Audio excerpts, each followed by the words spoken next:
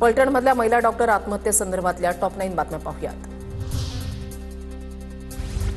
विरोधी पक्षाच्या वतीनं याला जाणीवपूर्वक राजकीय रंग देण्याचा प्रयत्न असं करणं योग्य नाही। मुख्यमंत्री फडणवीसांची प्रतिक्रिया, तर यात कुणी सहभागी असल्याचा पुरावा मिळाला तर त्याला सोडणार नाही, मात्र राजकारण करू नका, फडणवीसांचा इशारा।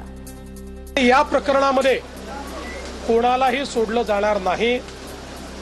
विरोधी पक्षाच्या वतीनं जाणीवपूर्वक याला राजकीय रंग देण्याचा प्रयत्न होतोय। फलटणच्या डॉक्टर आत्महत्या प्रकरणामध्ये आरोपी प्रशांत बनकर याला 4 दिवसांची म्हणजेच 28 ऑक्टोबरपर्यंत पोलीस कोठडी, तर फरार आरोपी गोपाल बदनेचा पंढरपूरमध्ये शोध सुरू।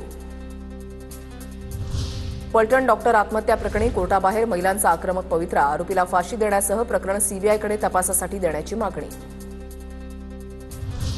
बीडच्या महिला डॉक्टरच्या कुटुंबाला भेटण्यासाठी आलेल्या शरद पवारांच्या राष्ट्रवादीचे नेते मोहन जगतापांचा थेट मुख्यमंत्र्यांना फोन, पीडित कुटुंबाची मागणी मुख्यमंत्र्यांना सांगितली। यावेळेला मुख्यमंत्र्यांकडून मास्टरमाइंड शोधण्याचं आश्वासन।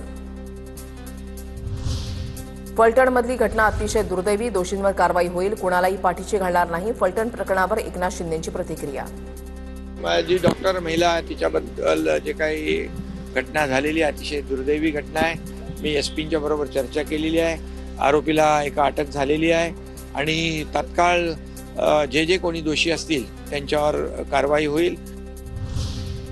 फलटणमधील महिला डॉक्टरनं प्रशांतला प्रपोज केलं होतं, मात्र प्रशांत बनकरनं नकार दिला होता।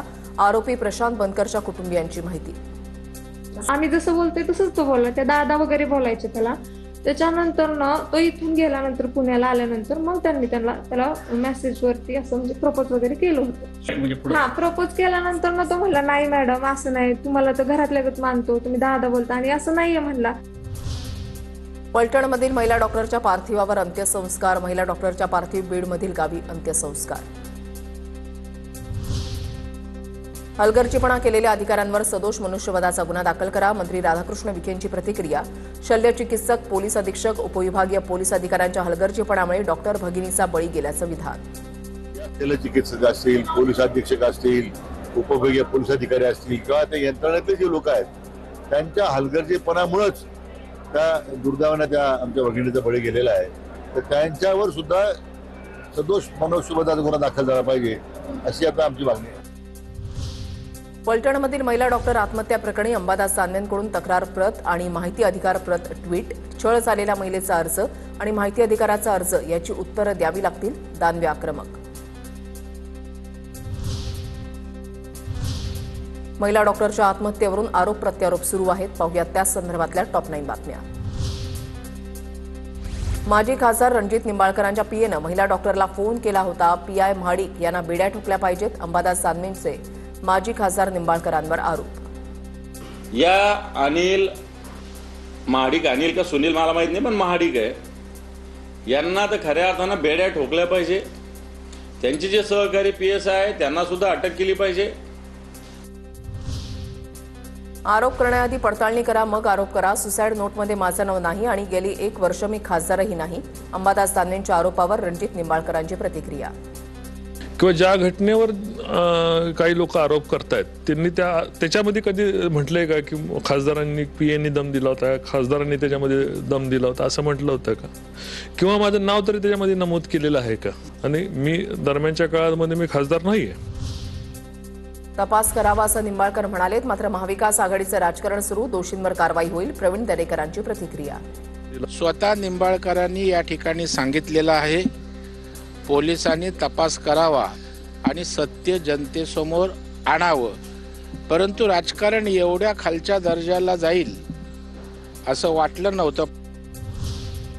फलटणमधील महिला डॉक्टर आत्महत्या प्रकरणामध्ये कुणीही खासदार असो किंवा त्यांचे पीए असो, सर्व आरोपी व्हावेत, सगळे आरोपी फासावर लटकले पाहिजेत, सुरेश धस यांची मागणी। जर त्यांनी तसा काही उद्योग केला असेल तर ते कोणी खासदार असो, कोणी पीए असो, ते सुद्धा याच्यामध्ये आरोपी 100% झाले पाहिजेत।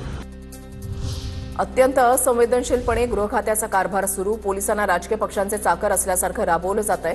अशा कारभारामुळे फलटण आणि मुंबईसारख्या घटना घडत राहतील, राऊतांचा सत्ताधाऱ्यांवर निशाणा।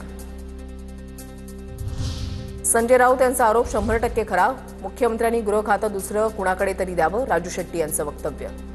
त्यांचा आरोप 100% बरोबर आहे, कारण मुख्यमंत्र्यांना जर वेळ नसेल या पोलीस अधिकाऱ्यांच्यावर अंकुश ठेवता येत नसेल तर त्यांनी गृह खातं दुसऱ्या कोणाकडे तरी द्यावं.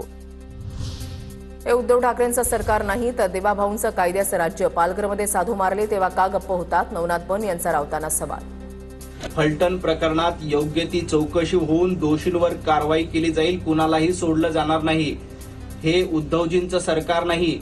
पालघरमध्ये साधूंची हत्या झाली, तुमचं सरकार गपगुमान बसून होतं. फलटणमधील महिला डॉक्टर आत्महत्या प्रकरणाची एसआयटी मार्फत चौकशी करा, दोषींवर कठोर कारवाई व्हावी. ओबीसी नेते बबनराव तायवाडेंची मुख्यमंत्र्यांकडे मागणी.